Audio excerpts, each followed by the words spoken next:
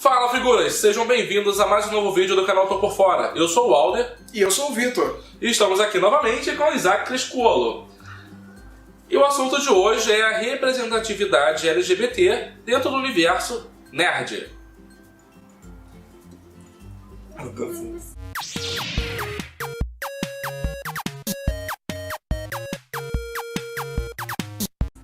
O Isaac Criscuolo, ele é um dos colunistas do Omelete e ele é responsável pela Gay Nerd, que é uma coluna que sai periodicamente dentro do Omelete.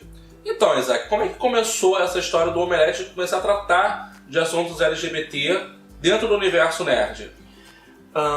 Eu já escrevia pra eles há algum tempo. Eu escrevia resenhas pontuais de temporada, de série. E aí surgiu o interesse deles de... Como eles já tinham o Bloco X, que dá uma atenção para as meninas e falar sobre o universo feminino dentro da cultura nerd, eles tiveram interesse também de abordar a diversidade do universo LGBT, por exemplo. Aí eles me convidaram para escrever, eu adorei, porque, meu Deus, bora escrever. Isso foi em que ano? Foi ano passado. Começou ano passado? Começou ano passado. Eles me fizeram um convite, eu acho que em junho.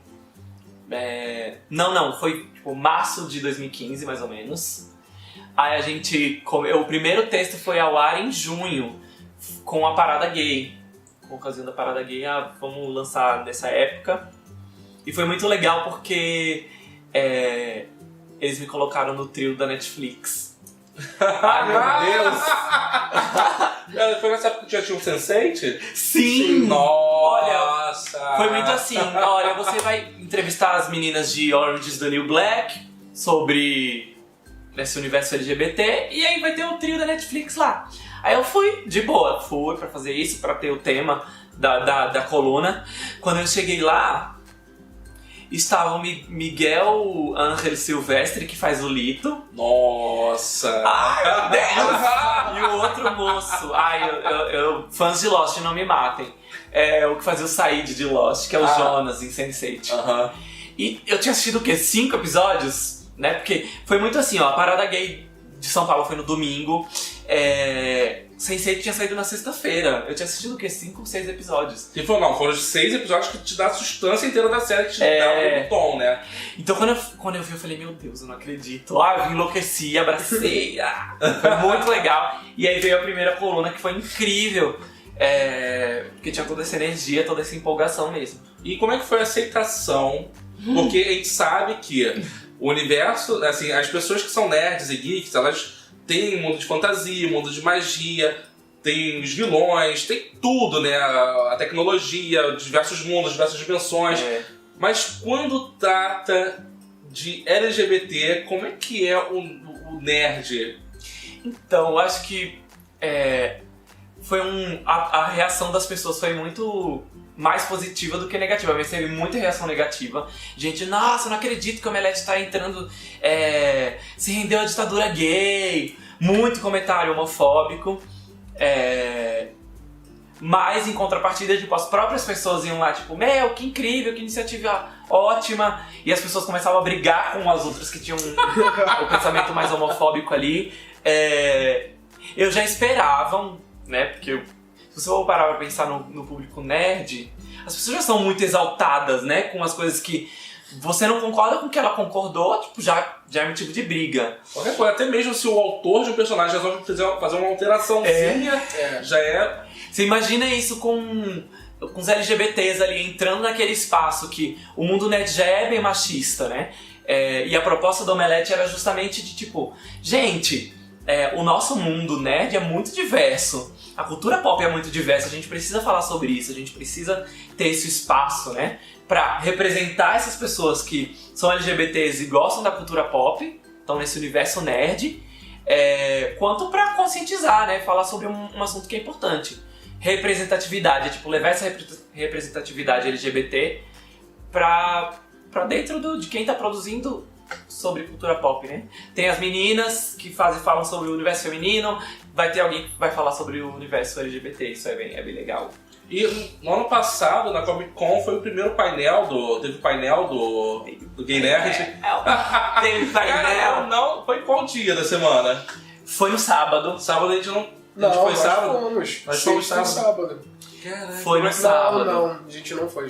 Nós fomos quinta e sexta. Quinta e sexta. Nossa, nós perdemos. Como é que foi lá? Sábado era o dia mais concorrido, né? De ingresso esgotou, uma loucura. Então, foi assim, primeiro que eu já tava produzindo a coluna, aí, acho que umas 3 semanas antes, eles me convidaram pra montar o painel, que aí é tipo, olha, você tem um painel sobre a coluna, sobre representatividade, e aí eu tive a liberdade de ir atrás das pessoas que eu queria falar, que eu queria que falassem, né, sobre o assunto. Foi muito legal, foi no sábado, 11 horas da manhã. Nossa. O auditório lá encheu, foi incrível, as pessoas... É muito rápido, né, tipo... Você pega, tinha eu mais 4 ou 5 pessoas, então as pessoas vão falando, a gente vai discutindo sobre aquele assunto, daqui a pouco, tipo, acaba, mas foi muito legal porque...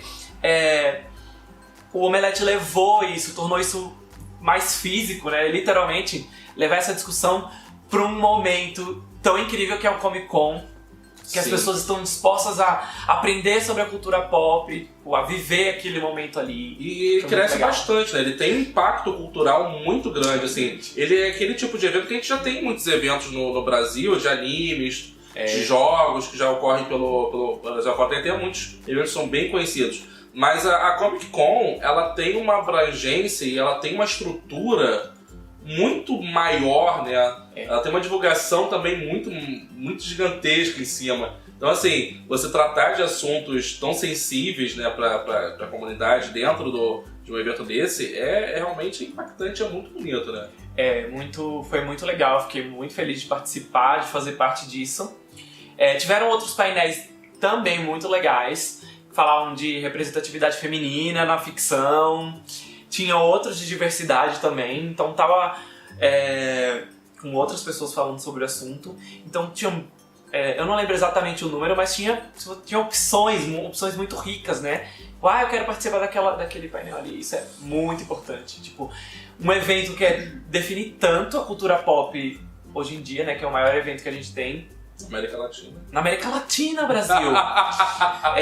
Estão trazendo gente foda, gente que realmente está fazendo cultura pop, né? Fazendo diferença. E ter esse tema ali sendo discutido é muito importante. E a gente precisa de iniciativa, né? O Omelete, ele tem uma influência muito grande. E se eles continuarem com essa iniciativa, eles vão fazer com que outras pessoas também comecem a entender e também a participar também. Igual a gente vê no YouTube. No YouTube, hoje, a gente consegue encontrar mais LGBTs produzindo conteúdo, né, do geek, de jogos, etc.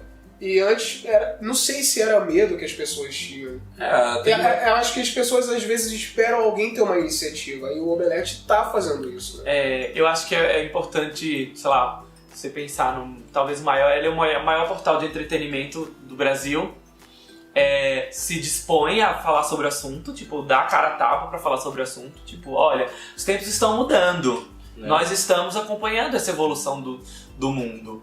E assim, eles dão...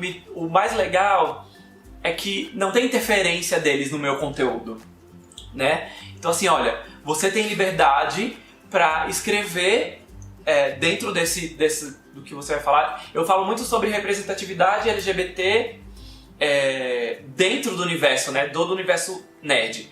Então eu posso falar sobre o que eu quiser dentro disso, né? Da visibilidade. Desse contexto, né? Ter essa liberdade como LGBT de representar outras pessoas, de representar esses assuntos, de dar visibilidade pra isso. Esse é o mais legal. A gente falando assim, a gente tem a nossa iniciativa de falar, de ter representatividade, beleza. É o nosso lado, como fã, querendo absorver conteúdos que sejam pertinentes a Gay Nerd. Mas e a indústria que produz o quadrinho, que produz o filme, sabe? Porque a gente tem a versão, beleza, eu sou gay, sou nerd, gosto de coisas nerd, gosto de ver um filme, gosto de ver um quadrinho. Mas eu estou sendo representado dentro desses veículos, dentro dessa mídia, eu tô lá no quadrinho, eu tô lá no filme, eu tô no seriado. Como é que você percebe isso? Olha, hoje em dia é muito mais... A gente tem muito mais representatividade do que um tempo atrás. Eu costumo dizer que ficção, que tá envolvendo todo esse universo nerd que a gente tem, né? A gente precisa se envolver emocionalmente com ela, com essa ficção, sabe? Eu só sou fã de Sense8 se eu me envolvi... Nossa, essa série me dominou ali, emocionalmente. É uma relação emocional. Sim, Sense8 não tem como. Né? E... Sense8 é um exemplo excelente de representatividade. Por exemplo, ficção é quando você se vê naquela história, você acha que poderia ser possível, você se enxerga ali, né? Seja quando você é branco ou você é negro. Não, branco, a gente não precisa de representatividade de brancos, né?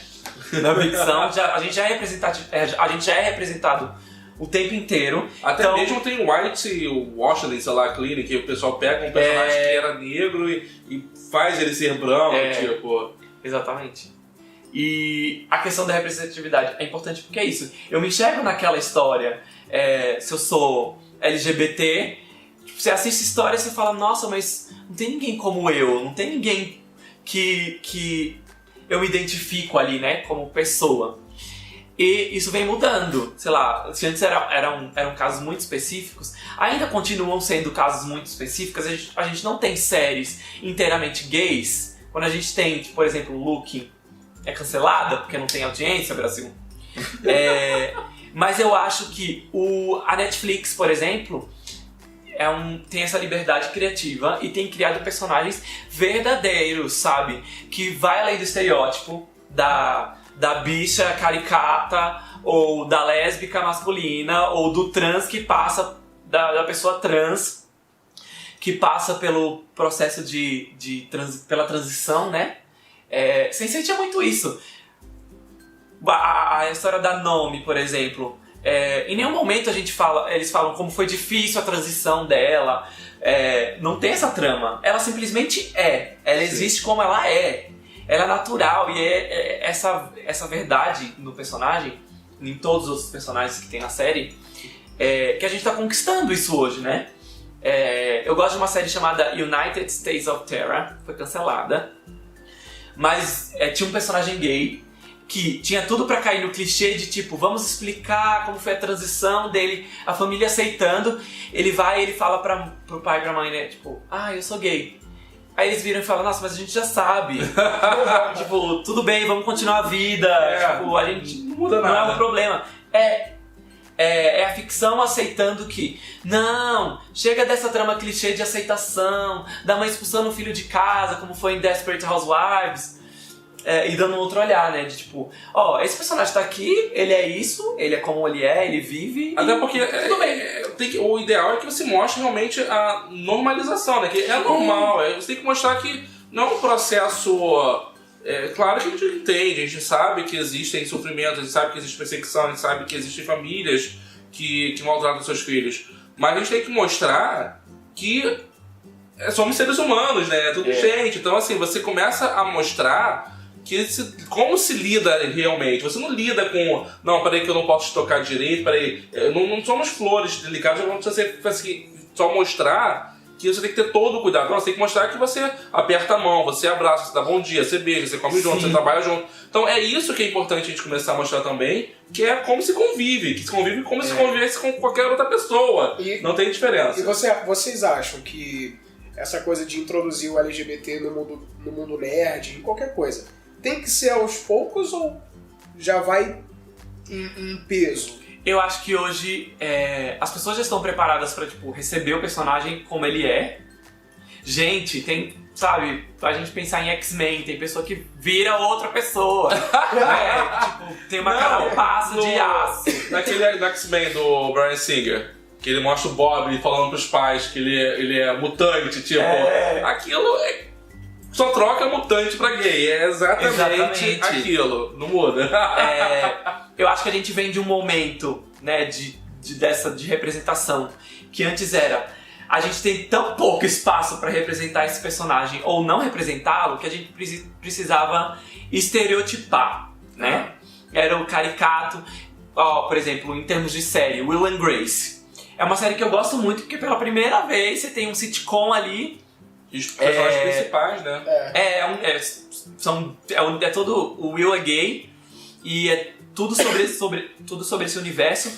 E aí, o Will, ele não é um personagem caricato. Ele não é um personagem que tá nos padrões já estabelecidos pela ficção, né? Você tem o Jack, que é todo espalhafatoso, etc., que cumpre o papel dele ali, mas que é tão importante quanto o Will, mas você vê outro lado e você tem muito mais tempo pra desenvolver, complexificar esses personagens. A gente sai desse momento de temos pouco tempo pra falar disso, ou tipo, só coloca ele lá e tá tudo bom, vamos preencher cota, pra um outro momento que as pessoas estão ligadas nisso, elas precisam ser representadas, né? Mulheres, negros e LGBTs, minorias, querem se ver nessas histórias. Não é uma minoria tão minoria. Não é minoria, somos tratados como minorias, mas não é tão minoria. É uma minoria muito volumosa, muito ruidosa e muito presente, né? Então eu acho que hoje a gente tem personagens que vão aparecer, tipo, eles não vão precisar explicar, eu sou gay. Olha, eu sou gay, viu, audiência? Não, a gente vai perceber. Da mesma forma que a gente percebe outros... No dia a dia, né? Tipo assim, você tá lá, trabalha com fulano tá trabalhando contigo, aí, sabe, o fato dele ser gay não muda a função dele no trabalho, no seu convívio. Aí você descobre, tipo, no dia seguinte ele vai continuar trabalhando, fazendo as mesmas coisas, não mudou nada. Então assim, né? Eu acho que o grande assunto de representatividade, seja LGBT, representatividade no geral, né, na ficção, é tornar isso tão comum e normal que a gente não precise exigir precisamos de personagens assim nessa trama, sabe? Que ele esteja inserido naturalmente, como é o mundo, sabe? Quando a ficção consegue representar a complexidade da vida real, porque é isso, né, gente? A gente não tá no trabalho e o seu chefe fala assim: olha, precisamos de um gay na equipe, né? Vamos atrás de um gay porque tem que ter, só um gay pode preencher esse cargo. Exatamente. Cota. É meio bizarro, né? Não faz sentido. Tem um personagem que eu amo nos quadrinhos, chama Midnighter. Aí eles fizeram uma reformulação dele agora? Como é que foi? Né? Ele vinha de uma outra editora que não era DC Comics, era a Wildstorm. Uhum. Ele já era gay, fazia um par romântico ali com o Apollo, que é outro super-herói. Ano passado, ele começou a ter teve uma reformulação, ganhou uma revista sozinho, um solo, que ele não tava mais com o Apollo, que é o par romântico dele. E é uma história incrível porque mostra um super-herói estilo Batman, sanguinário, assim. O poder dele é prever as situações, tipo, ele prevê o que vai acontecer. Tipo, como se fosse uma conta matemática, né? Que ele prevê todas as possibilidades. E aí ele tem um namoradinho, tem cena dele, tipo, com a bunda de fora lá, encontrando um namoradinho, falando sobre coisas do universo gay. Mas é isso, tipo, sou um super-herói que mato vilões e tô tentando resolver minha vida, e ao mesmo tempo tem aqui a minha vida amorosa. Obviamente que cai no clichê a pessoa que ele ama é ameaçada por um vilão, etc. Mas é uma história que foge do óbvio, sabe? Que é muito interessante você ver esse universo gay representado num quadrinho de super-herói. É muito revigorante a história, ao mesmo tempo que é boa, você tem esse background de representação ali. É uma história muito boa, vale a pena, recomendo. Agora vai ter uma nova fase, ele e o Apollo, porque o Apollo aparece na história. E acho importante que a DC, embora muito pouco, né, no Brasil, tenha esse espaço para representar LGBTs e etc. E é isso, pessoal. Tivemos aqui mais uma vez a presença do Isaac Scuolo, colunista do Omelete do Gay Nerd, falando sobre a representatividade. E vocês se sentem representados? Vocês acham que já tem heróis gays suficientes ou não tem? Deixem os comentários aqui embaixo, curtam o vídeo e não deixem de compartilhar. Quer falar alguma coisa, Vitor? É isso aí. Muito obrigado pela companhia de vocês. E lembre-se, não é porque eu tô por fora que eu não tenho opinião. Tchau, tchau!